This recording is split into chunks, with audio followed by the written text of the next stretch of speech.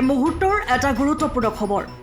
যোৰহাটৰ জেবি ৰোডৰ দেওবৰীয়া বজাৰত পথ অৱৰোধ কৰি পাচলি বেপাৰীৰ তীব্ৰ প্ৰতিবাদ।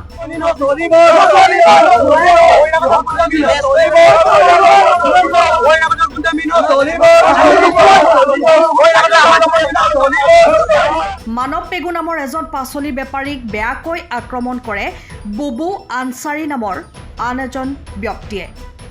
শীঘ্ৰে ব্যক্তিগৰাকীক গ্ৰেপ্তাৰ কৰাৰ দাবীত পাচলি ব্যৱসায়ীসকলে বিভিন্ন শ্লোগান দি ব্যাপক প্ৰতিবাদ সাব্যস্ত কৰে।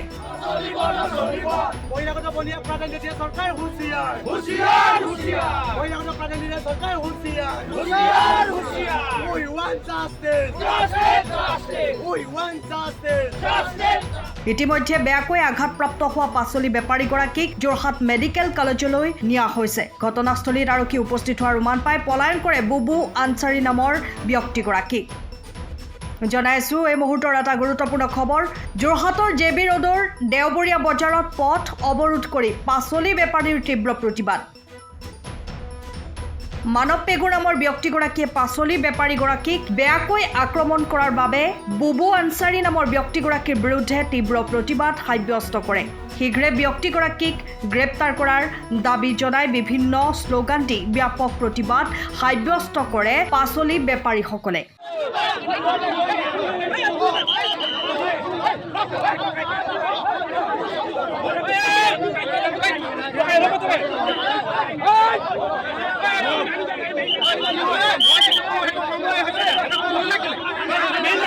ইতিমধ্যে আঘাতপ্ৰাপ্ত ব্যক্তিগৰাকীক যোৰহাট মেডিকেল কলেজত ভৰ্তি কৰোৱা হয়।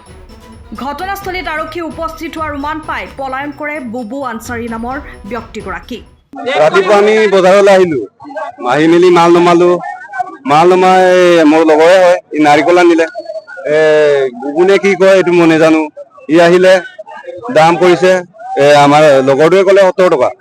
তাৰ ময়ো ওচৰত আছো, ই ক'লে যে 70 টকা দাম উলিয়াই এনেকুৱা টেমা গৰম হৈ গ'ল তাৰ বোলে তহঁতে ইয়াত থাকিব পাই মেলি বেছি কৰিছে বোলে। মই তেতিয়া কি ক'ম? মই কৈছো দাদা আপোনাৰ এইটো ভুল হৈছে, আপোনাক ক'লে আপুনি অভিযোগ নকৰিব। তাৰপিছত আকৌ আহি মেলি মোক ক'লে কাজিয়া কৰিব নালাগে। এইটো ভাবি মেলি মই ভৱিষ্যতলৈ চিন্তা কৰি মেলি লাহেকে আছো। আকৌ ঘূৰি আহি মেলি মাৰিছে। দীঘল এটা পাইম নে কি কয় কলাকে পাইম নাজানো, মোটা আছিলে। বুবু আলি নে আনচাৰী কি নাজানো, মানৱ পেগু দক্ষিণ কলীয়া। ইতিমধ্যে ঘটনাটো আপোনালোকে গম পাইছে। এটা নাৰিকলৰ দৰ দামক লৈ যি ধৰণে মাৰপিট কৰিলে বুবু আনচাৰী নামৰ বাংলাদেশী মূলৰ যিগৰাকী সন্দেহযুক্ত ব্যক্তি। আমাৰ প্ৰশ্ন হয়, কাৰ আশীৰ্বাদত এইসকল বহিৰাগত বনিয়াই আমাৰ খিলঞ্জীয়া ভূমিপুত্ৰ ভাইসকলক আক্ৰমণ কৰিবলৈ দুঃসাহস কৰিলে? এই দুঃস্বপ্ন দেখা বহিৰাগত মূলক বাংলাদেশী মূলক এই বুবু আনচাৰী নামৰ ব্যক্তিজনক অতি শীঘ্ৰে যোৰহাটৰ বেপাৰী সন্থাই যোৰহাটৰ মাছমজিয়াত তেখেতে আঁঠু কাঢ়ি মাটি চেলেকি ক্ষমা খুজিব লাগিব। সেয়া আমাৰ প্ৰথম দাবী। আমাৰ দ্বিতীয় দাবী হৈছে, যিগৰাকী আমাৰ মানৱ পেগু নামৰ খিলঞ্জীয়া ভাইক আক্ৰমণ কৰিলে তেখেতে সম্পূৰ্ণভাৱে ন্যায় পাব লাগিব। আৰু সমগ্ৰ মানে আমাৰ অসমীয়া জাতিটোক বিভিন্ন কটুবাহেৰে তুচ্ছতাচ্ছিল্য কৰাৰ ইতিমধ্যে আমি শুনিবলৈ পাইছো। আমি শেষ আৰু প্ৰথম দাবী, ইয়াত অসমত বহিৰাগতৰ দপদপনি, বহিৰাগত মূলৰ বাংলাদেশী মূলৰ দপদপনি ইয়াত নচলিব।